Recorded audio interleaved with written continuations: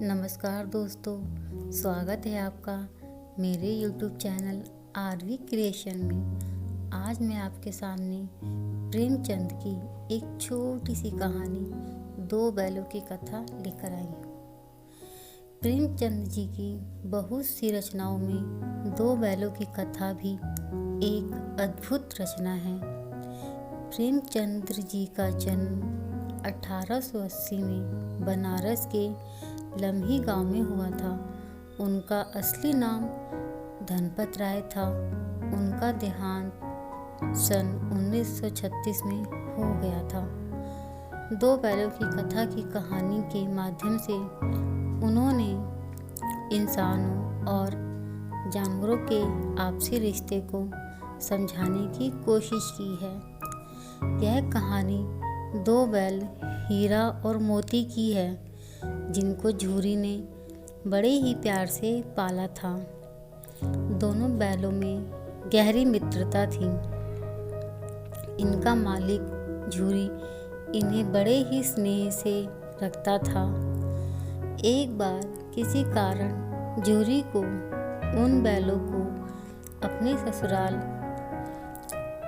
गया के पास छोड़ना पड़ता है, लेकिन हीरा और मोती को लगता है कि उनके मालिक ने उन्हें गया को बेच दिया है और इसलिए हीरा और मोती अब जल्दी से उसके चंगुल से छूटकर अपने मालिक अपने घर जाना चाहते थे।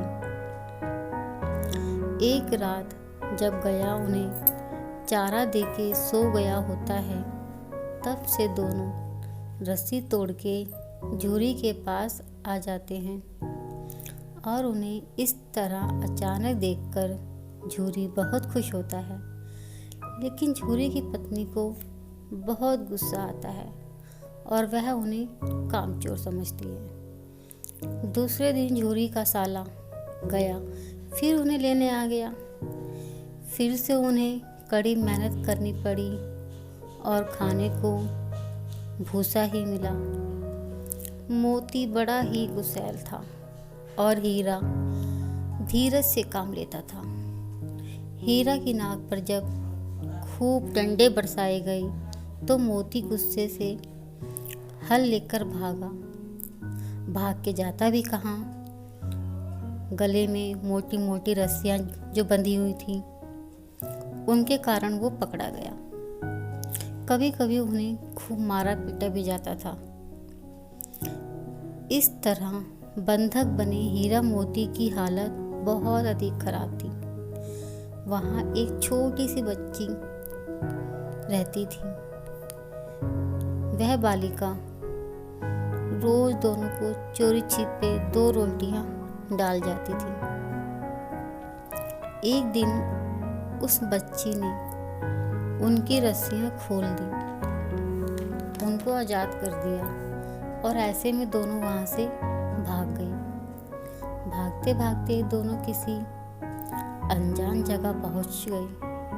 दोनों ने किसी खेत में हरी भरी मटर खाई और अपनी आज़ादी का अनुभव करने लगे। दोनों बहुत खुश थे। ऐसे में खेत के मालिक ने उनको देख लिया और कांजी हाउस में दोनों को बंद कर दिया।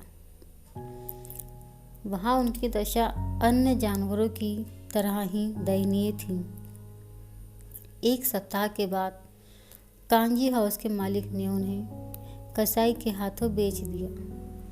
हीरा मोती को लगने लगा कि अब उनका अंत समीप है। चलते चलते उन्हें लगा कि वे परिचित राह पर आ गए हैं। उनका घर नज़दीक था। दोनों दौड़ते हुए झूरी के द्वार पर आ खड़े हुए।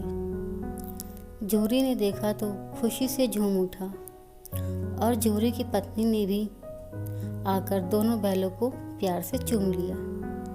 सो फ्रेंड्स, आपको ये कहानी कैसी लगी मुझे ज़रूर बताइएगा और मेरे चैनल को लाइक एंड सब्सक्राइब ज़रूर कीजिएगा। Thanks for watching.